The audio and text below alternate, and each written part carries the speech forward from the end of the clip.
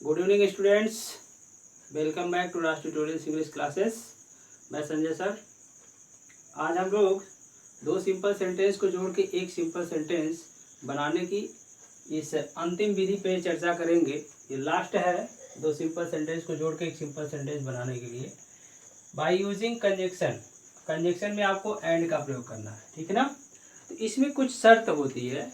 देखिए, दो साधारण वाक्य ऐसे मिलेंगे जिनको जोड़ करके आप एंड का प्रयोग करके दोनों को जोड़ेंगे और सिंपल सेंटेंस बनाएंगे। तो इसमें कंडीशन क्या है कि ऐसे वाक्य दिए गए होंगे जिनमें एक पार्ट समान इसका होता है। मतलब मेरे कहने का सब्जेक्ट और प्रेडिकेट होता है सेंटेंस में। तो सब्जेक्ट अगर एक समान होगा तो प्रेडिकेट भिन्न भिन्न होगा, ठीक है ना।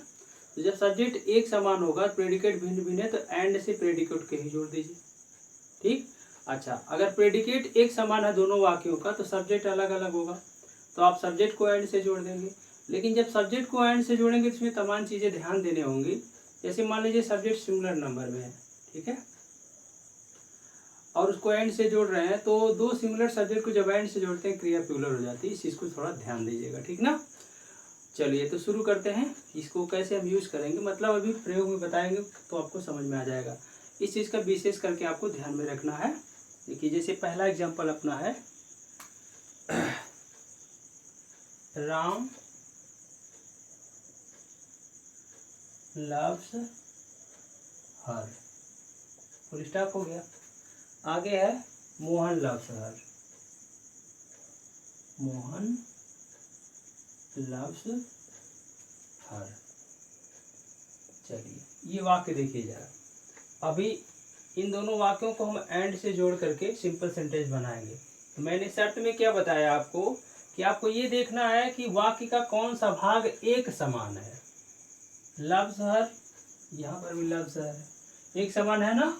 तो हमारा क्या अलग अलग मिल गया, ये सब्जेक्ट अलग अलग है।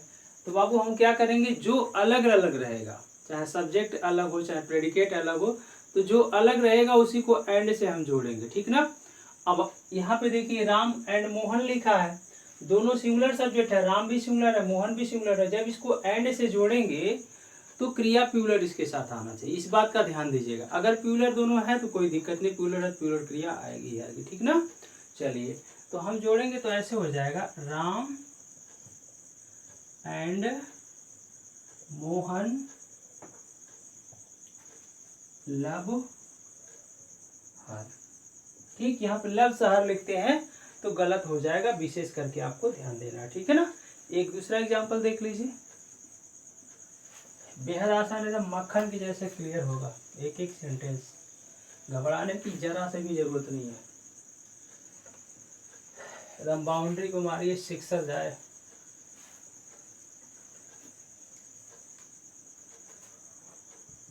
अगला सेंटेंस देखिए,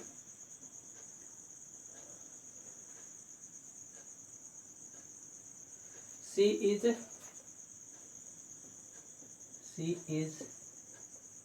ब्यूटीफुल, फुल स्टॉप। आगे है she is intelligent, intelligent.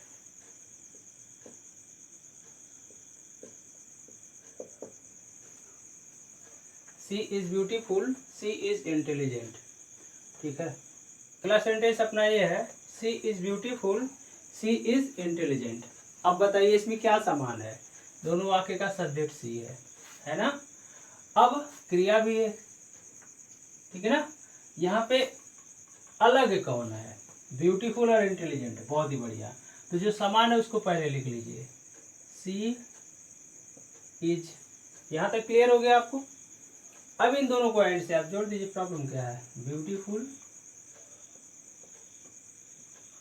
Full and intelligent.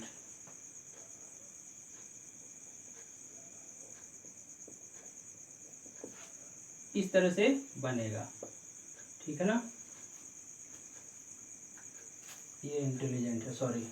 इस तरह से एंड का प्रयोग करके हम दो साधारण वाक्यों को जोड़ के एक साधारण वाक्य बना सकते हैं, ठीक है ना। बेहद आसान है। इस प्रकार से आज अपना सिंपल सेंटेंस समाप्त होता है। और हाँ, सिंपल सेंटेंस में कुछ स्पेशल सेंटेंस मैं लेके आके आया हूँ आप सबके सामने।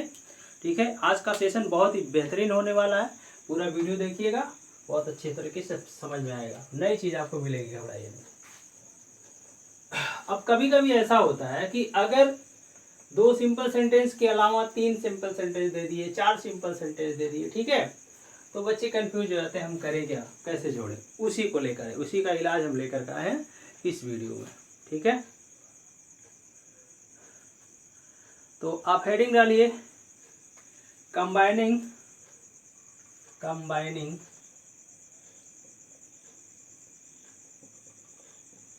कंबाइनिंग मोर देन 2 सिंपल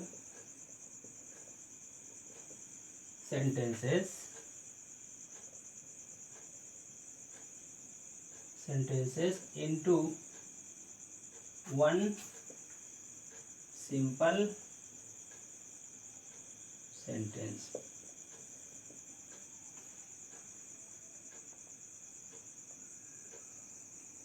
ठीक, इसका हेडिंग यही है, मतलब 2 से अधिक साधारण वाक्यों को जोड़कर एक साधारण वाक्य बनाना। मतलब 2 से अधिक ही रहेगा, 2 सेंटेंस नहीं का, 2 से अधिक ही रहेगा, 2 से 3 4, ठीक है, इतना तो आ जाता है। तो बोर्ड के एग्जाम में अक्सर ऐसे क्वेश्चंस आ जाते हैं और बच्चे कंफ्यूज हो जाते हैं। तो बाबू आज से आपको कंफ्यूज नहीं होना है। चलिए, ये हेडिंग आप सब डाल लिए हैं। अब इसमें इसका कोई विशेष रूल नहीं होता है। हमने सिंपल सेंटेंस, 2 सिंपल सेंटेंस को जोड़ के एक सिंपल सेंटेंस बनाने की जितनी भी विधि आपको प्रयोग में बताई है, सारी विधि को प्रयोग करके बनाया जाएगा। ये 2-3 विधि का प्रयोग जरूर होगा इसमें, 2 विधि 3 विधि जरूर लगता है। उसमें पहचानना है, पहचान करके सॉल्व कर देना है। ठीक है, चलिए तो शुरू करते हैं अपना पहला example.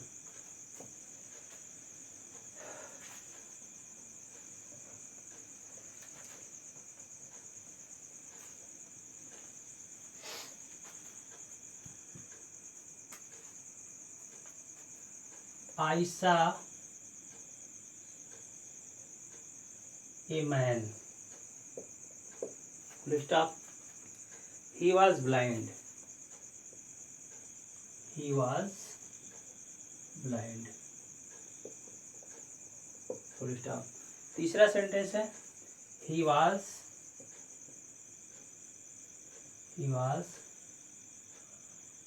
carrying a lamp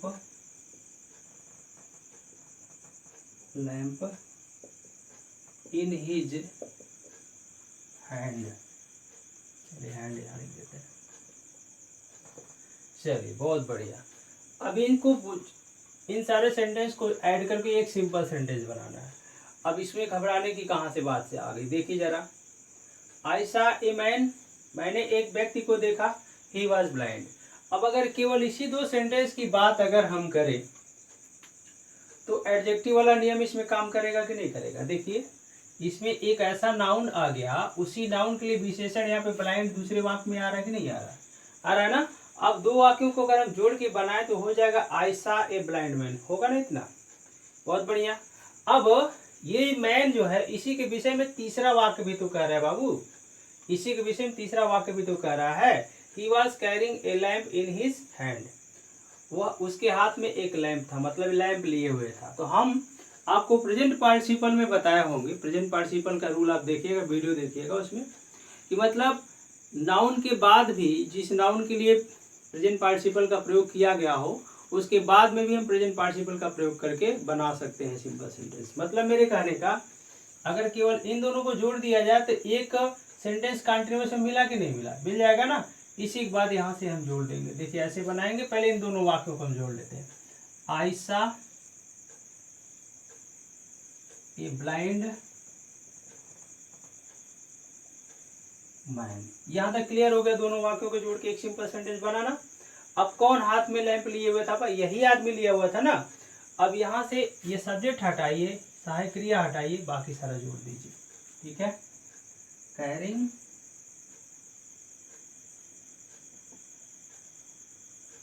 A lamp in his hand.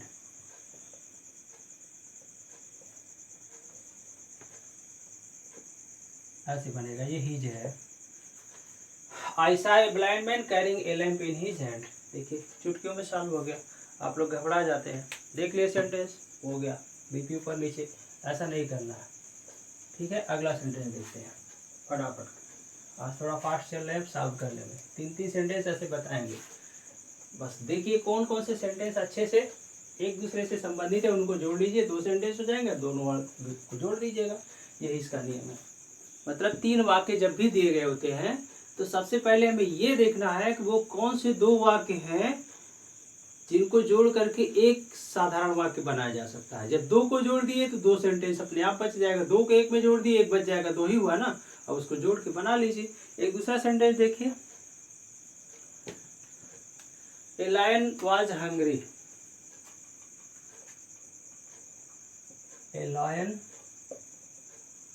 Was hungry, full stop. He killed a horse. He killed a horse. Full stop. आगे क्या कह रहा है? The horse was black. The horse was black. ये देखिए। अब इसमें समझना, अगर ये 2 वाक्य हम देखें, ए लायन वाज हंग्री, ठीक, एक शेर भूखा था, ही किल्ड ए हॉर्स। अब इन दोनों वाक्यों को तो जोड़ ही सकते हैं ना। देखिए जरा, ये लायन, ये पहले वाक्य का सब्जेक्ट है, दूसरे वाक्य का सब्जेक्ट, ठीक है। तो प्रेजेंट पार्टिसिपल का प्रयोग हम करेंगे। हमने बताया होगा आपको कि अगर यहाँ पे is am are was were का प्रयोग हो, यहाँ नाउन आ जाए या एडजेक्टिव आ जाए, तो इसकी जगह पे बीइंग का प्रयोग कर देना, ठीक है। अब यहाँ पे ही आया है इसी का प्रोनाउन, तो ये प्रोनाउन हट जाएगा, हो जाएगा बीइंग हंग्री। ए लायन यहाँ चला आएगा, a lion killed a horse. चलिए 2 सेंटेंस हो गया आपका। अब तीसरे सेंटेंस में देखिए, ये ब्लैक किसके लिए आया? हॉर्स के लिए आया ना। अब यहाँ पे एडजेक्टिव का नियम लागू हो जाएगा कि मतलब पहले वाक्य में किसी ऑब्जेक्ट की जगह पे किसी नाउन का प्रयोग है, उसी के लिए दूसरे में विशेषण का प्रयोग है। तो ये ब्लैक हम यहाँ लाएंगे इसके पहले। तो ये पूरा सोल्यूशन आपका इस तरह से हो जाएगा, being hungry, ठीक है। यहाँ कामा लगा दीजिए, a lion killed a black horse, ऐसे बनेगा, ठीक है। चलिए अगला एग्जांपल देखते हैं।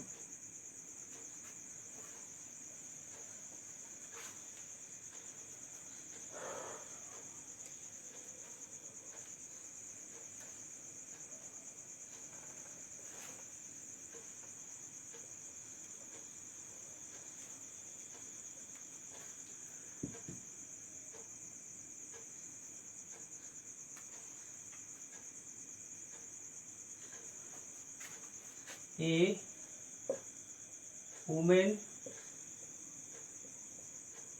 was strolling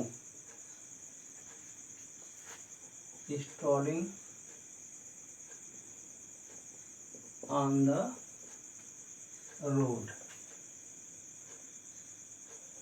full stop। Next है she was old,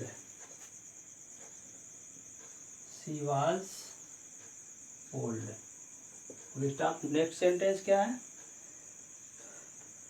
she had a stick,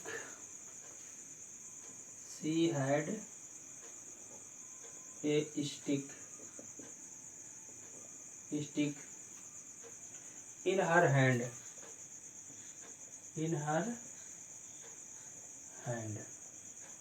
चलिए कोई प्रॉब्लम नहीं।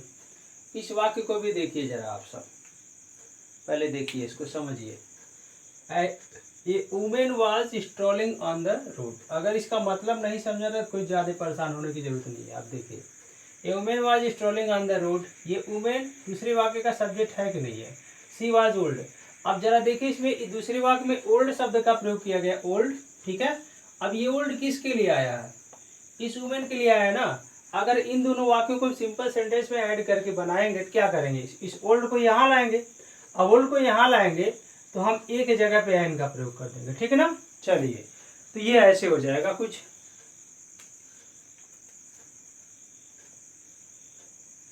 An old women, an old women हो गया, ठीक है। अब स्ट्रॉलिंग ऑन द रोड यहां तक चलिए कर लेते हैं। वाज स्ट्रॉलिंग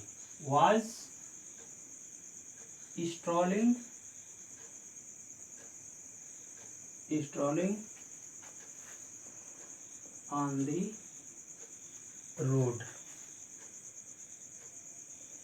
यहां तक क्लियर सबको, कोई प्रॉब्लम नहीं। अब अगली जो चीज है, she had a stick in her hand, तो हम क्या करें इस क्रिया का भी तो हम क्या करेंगे, प्रेजेंट पार्टिसिपल में बदल सकते हैं, कोई प्रॉब्लम नहीं, ठीक है। तो इसको है फर्स्ट फॉर्म में लाइए, इसमें आएंगे जोड़ दीजिए, हैविंग, ठीक। इसका मतलब होगा लिए हुए, ठीक है। ए स्टिक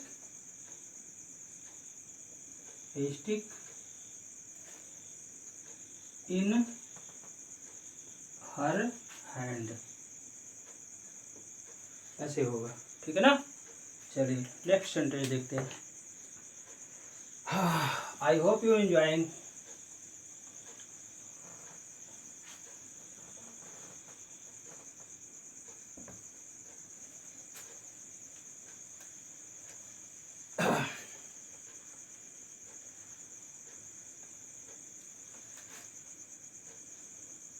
चलिए अगला वाक्य देखिए। कई एग्जाम्पल्स ऐसे सॉल्व करवा दे रहे हैं,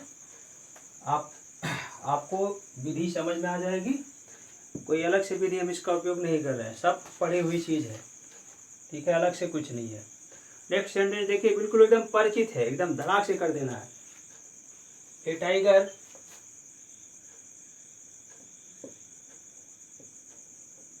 टाइगर वाज हंग्री, ये आप सबके लिए है जो लोग वॉच कर रहे हैं वीडियो को। He killed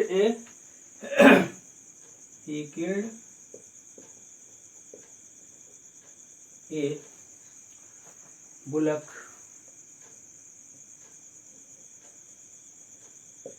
full stop. The bullock was hefty.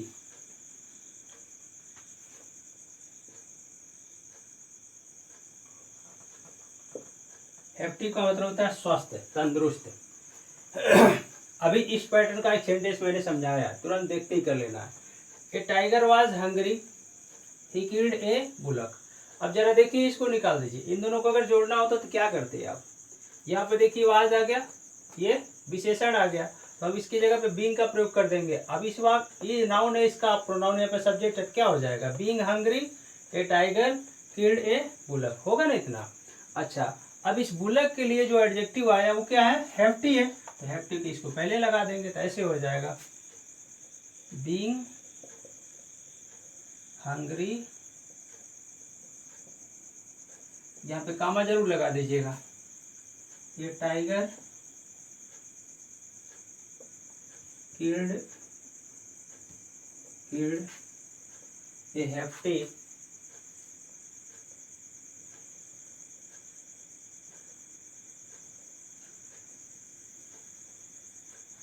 Bullock, ठीक है, इस तरह से होगा। बहुत अच्छे। चलिए नेक्स्ट सेंटेंस देखते हैं।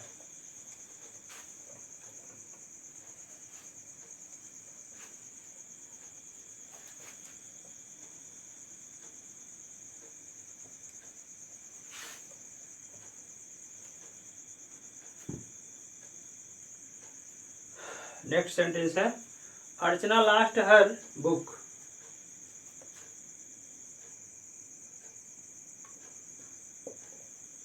अर्चना lost her book, Archana lost her book, full stop. It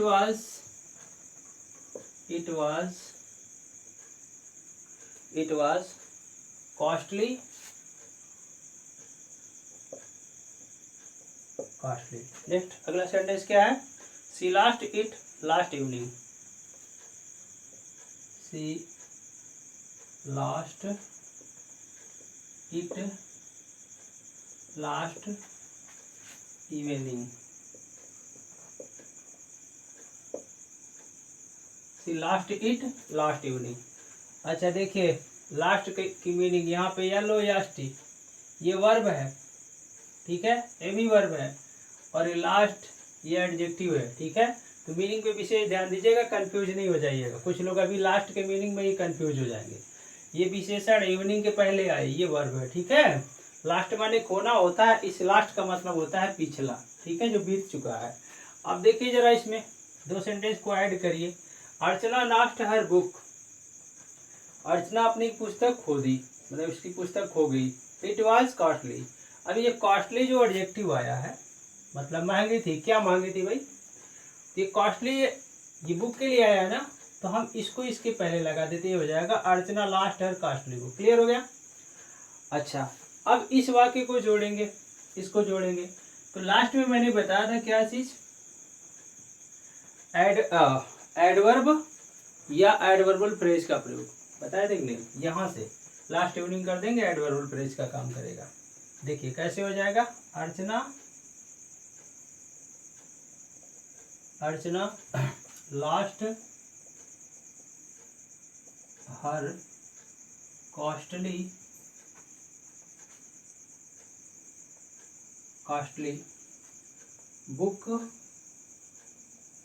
book. ठीक है, यहाँ तक क्लियर हो गया। अब ये हटा दीजिए, ये हटा दीजिए और ये हटा दीजिए, इसको ऐड कर दीजिए लास्ट में। लास्ट इवनिंग ऐसे बनेगा, ठीक है ना। चलिए, समझ में आ रहा होगा आप सबको, ठीक है। जिस किसी को प्रॉब्लम होगी कमेंट बॉक्स में कमेंट करिए, अगले वीडियो में सोल्यूशन आपको प्रोवाइड कर देंगे। अच्छा, एक बच्चे ने कमेंट किया था पिछले वीडियो में, कमेंट पे मुझे याद आया अभी बता रहा।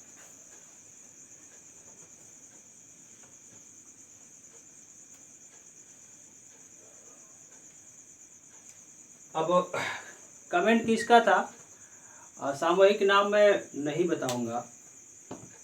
देखिए उसका, उन बच्चे का कमेंट ये था, उन्होंने पूरा लिखा था कि सर आज का पूरा सेशन समझ में नहीं आया, मतलब पूरा क्लास समझ में नहीं आया। तो मेरी एडवाइस आपको यही है कि आप वीडियो को जरा गौर से देखिए, एक बार, दो बार, तीन बार जरूर देखिए। आपके इस क्वेश्चन का जवाब उसी वीडियो में ही है, ठीक है। समझ में, बिल्कुल समझ में आएगा। या तो देखिए दोस्त चाहे किसी का हो, एक स्टैंडर्ड को लेवल करके हम लोग चलते हैं, ठीक है। मान लीजिए इंटर लेवल की चीज़ है, और अगर बेसिक जानकारी आपको नहीं होगी तो प्रॉब्लम तो थोड़ी आएगी, ठीक है। लेकिन फिर भी मेरा रिक्वेस्ट आपसे है, मतलब एडवाइस मैं आपको कर रहा हूँ कि उस वीडियो को दो बार तीन बार जरूर देखिए, आपको क्लियर हो जाएगा डाउट, ठीक है ना। चलिए बहुत बढ़िया, आगे बढ़ते हैं। अगला सेंटेंस अपना क्या है? अगला सेंटेंस और भी बेहतर है, बहुत ही बेहतर। It was Sunday morning. It was Sunday morning, full stop. आगे क्या कह रहा है? He went to market. He went to market, full stop. आगे क्या कह रहा है अगला sentence? He went to buy toys. He went to buy toys. यहाँ तक फुल स्टॉप। अगला सेंटेंस देखिए, he wanted to by,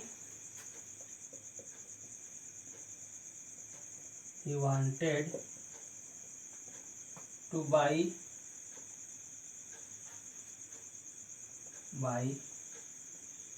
toys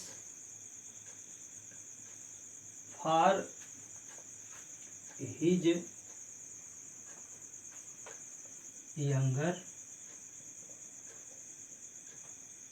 younger brother, ठीक है।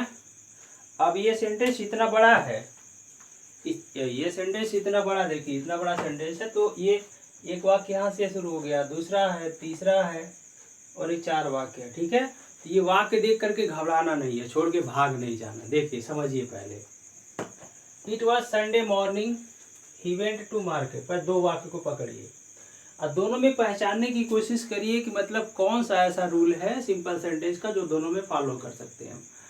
अब मैंने बताया था आपको नॉमिनेटिव एब्सोल्यूट का प्रयोग, बताया था।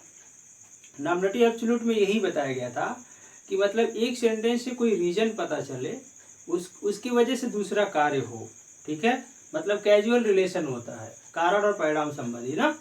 अब देखिए, इट वॉज संडे मॉर्निंग, मतलब रविवार की सुबह की बात थी, रविवार का सुबह था। ही वेंट टू मार्केट, रविवार था तभी उसकी छुट्टी थी, तभी तो गया, नहीं तो नहीं गया होता।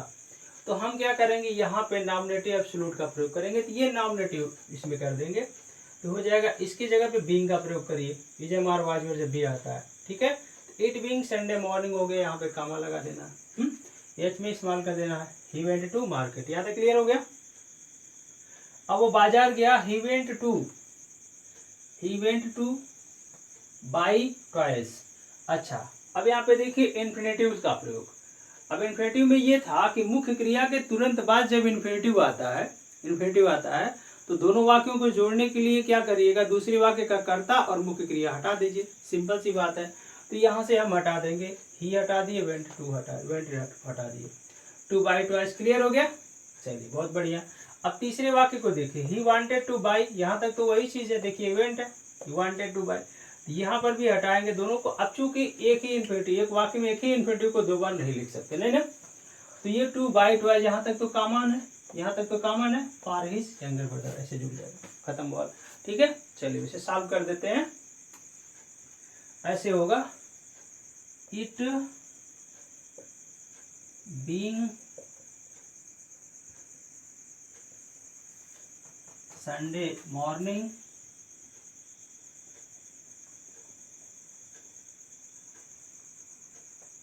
It being Sunday morning, comma लगा दीजिए यहाँ पे।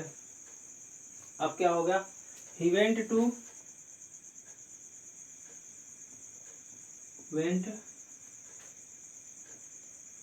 Market, he went to market. चलिए, it being Sunday morning he went to market, चलिए यहाँ तक हो गया। अब यहाँ पे ये हटा देना, ये हटा देना, ये टू इन्फिनेटिव से जोड़ दीजिए, टू बाई ट्वाइस, यहाँ तक क्लियर। अब दूसरे वाक्य में देखिए, टू बाई ट्वाइस, यहाँ तक कॉमन है ना, फॉर हिज यंगर ब्रदर जोड़ दीजिए, फॉर हिज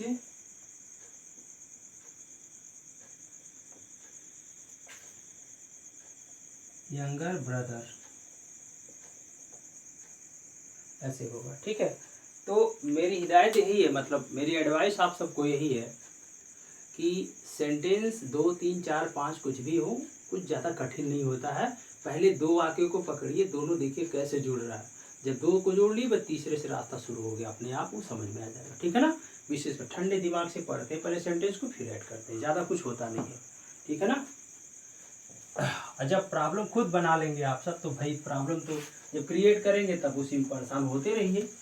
ठंडे दिमाग से इसको देखिए, हम बता ही रहे हैं आपको तरीका ना जोड़ने का, तो ध्यान से देखिए, 1 बार 2 बार 3 बार वीडियो को वॉच करिए, अपने आप समझ में आएगा। किसी सेंटेंस में अगर प्रॉब्लम है कि मतलब ये जोड़ने में दिक्कत हो रही है, आप कमेंट करिए, मैं सलूशन प्रोवाइड करने की पूरी कोशिश करूँगा कि आपका वो डाउट क्लियर कर दिया जाए।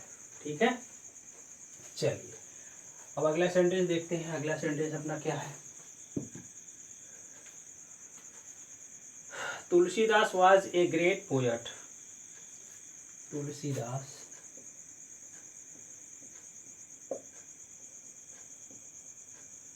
Was a great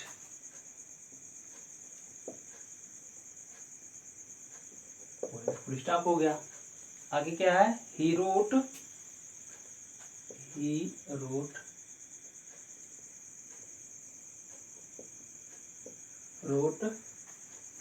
the Ram Charit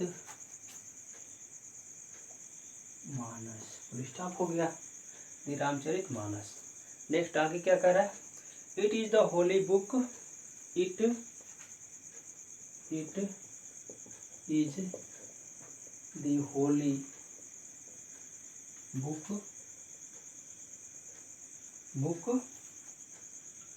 of the Hindus,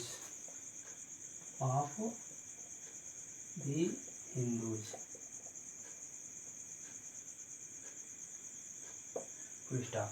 चलिए अब इस वाक्य को देखिए, इसमें Tulsidas was a great poet, Tulsidas एक महान कवि थे। He wrote the Ramcharit Manas. अब इसमें कौन सा केस है, दो वाक्य को खाली, नीचे वाले में नहीं बढ़ना है अभी आपको। तो देखिए, जब मैंने बताया था केस इन अपोजिशन, एक रूल पढ़ाया था आपको, जब एक संज्ञा के लिए कोई दूसरी संज्ञा आ जाए या फ्रेज आ जाए, ठीक है, तो उसको केस इन अपोजिशन, ठीक है, नाउन इन अपोजिशन बताया गया था, या फ्रेज इन अपोजिशन बताया गया था कि मतलब किसी संज्ञा के तुरंत बगल में अगर किसी संज्ञा का प्रयोग किया जाए तो अपोजिशन में हो गया, फ्रेज का प्रयोग किया फ्रेज इन अपोजिशन हो गया, ठीक है, उसमें वही चीज है। अब तुलसीदास के लिए क्या आ गया, फ्रेज आ गया, ए ग्रेट पोएट, क्लियर है ना। अब ये दूसरे वाक्य का सब्जेक्ट क्या है, ही, जो तुलसीदास के लिए आया है, ठीक है, तो ऐसे हो जाएगा तुलसीदास, यहाँ पे कामा लगा दीजिए, इस फ्रेज का प्रयोग कर दीजिए अपोजिशन में, ए ग्रेट पोएट रोट दी रामचरितमानस। यहाँ तक सबको क्लियर हो गया। अब अगले सेंटेंस में देखिए, it is the Holi book of Hindus. तो ये इट जो है, इट, ये सब्जेक्ट, ये इट जो दूसरे वाक्य का सब्जेक्ट किसके लिए आया, इस रामचरितमानस के लिए आया, समझ में आ रहा है बाबू। तो ये वाला जो वाक्य है, यहाँ से इसे इट और इसको छोड़ दिया जाए, तो ये जो फ्रेज बच रहा है इसको हम यहाँ से केस इन अपोजिशन में रख देंगे, क्योंकि ये दी होली बुक ऑफ हिंदूज ये प्रयोग में आ रहा है रामचरितमानस के लिए, तो यहाँ पे कामा लगा करके लास्ट में जोड़ देंगे, ठीक है। इस तरह से हम इस क्वेश्चन को हल करेंगे, ऐसे हो जाएगा तुलसीदास यहाँ कामा लगा दीजिए, ये ग्रेट पोएट, यहाँ फिर कामा, रोट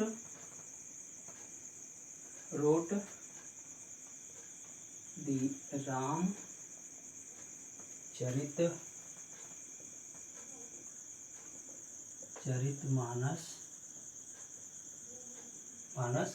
ठीक, यहाँ पे कामा लगा दीजिए। केस इन अपोजिशन में यहाँ पे कामा लगता है नाउन के बाद, उसको बीच में रखा जाता है, दो कामा के बीच में। तो यहाँ पे तो हो गया रामचरितमानस। अब क्या है, the holy book of the Hindus.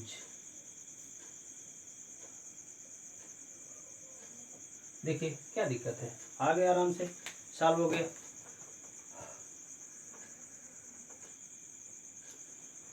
तो उम्मीद है आप सबको ये सारे नियम समझ में आ गए होंगे, किस टाइप के सेंटेंस आते हैं, कैसे हल करते हैं, ठीक है ना। तो चलिए आज के सेशन में फिलहाल इतना ही। आप क्या करिए, वीडियो को लाइक करिए, दोस्तों में शेयर करिए, चैनल को सब्सक्राइब करिए, और किसी सेंटेंस में कोई प्रॉब्लम है तो आप कमेंट जरूर करके बताइए कि मुझे यहाँ पे दिक्कत हो रही है। मैं कोशिश करूँगा कि अगले वीडियो में आपको वो सलूशन प्राप्त हो जाए, ठीक है ना। Okay, thanks for watching, good night, take care.